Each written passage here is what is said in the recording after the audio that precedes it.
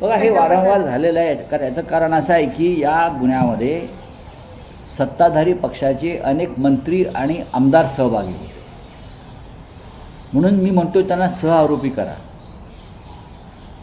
आणि माझी तर अशी माहिती आहे की हे जे ऑपरेशन सगळं केलं त्यात नाशिकच्या बाहेरचं सुद्धा एक पोलीस पथक इन्व्हॉल्व होतं सुरुवातीला. मुख्यमंत्री देवेंद्र फडणवीस हे गृहमंत्री असताना अशा प्रकारचा एक थैमान, एक विकृतीचा कळस म्हणून एखादा माणूस महाराष्ट्रात कसा राहू शकतो? मुळात हीच एक फार मोठी हरकतीची बाब आहे. डिजिटल पुरावे आलेले आहेत. आता या प्रकरणाशी मुख्यमंत्र्यांनी न खेळता त्याचा तुकडा पाडला पाहिजे. त्यामध्ये कुठलाही भेदभाद न करता, कुठलाही पक्षीय अभिनिवेश न ठेवता एकदा हा विषय कुठेतरी संपवावा, ही या निमित्तानं माझी सरकारला मागणी आहे. हे अत्यंत निषेधार्ह आहे.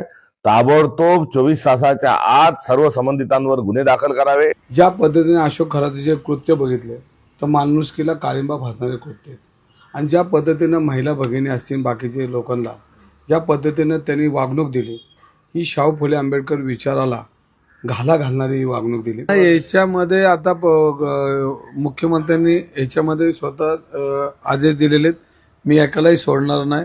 आणि मग त्याच्यामुळे त्यांचं याच्या बाबतीत त्यांनी हा निर्णय शेवटच्या टोकापर्यंत नेऊन अशोक खरातला चौकात आणून फाशी दिली पाहिजे. नाही, असं आहे, ती अशोक खरात ही व्यक्ती नसून ती विकृती आहे.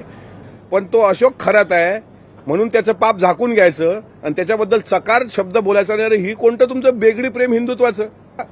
श्वानाचा जर भगवा बिगवा रंग असेल, श्वानाचे रंग असतात, तर तो साधू तसा होत नाही. मला असं वाटते आता हे निर्जंतुकीकरण करणं महत्वाचं आहे. सरकारने एक स्पेशल अध्यादेश काढावा. अंधश्रद्धा निर्मूलन समितीच्या चळवळीची का आवश्यकता आहे?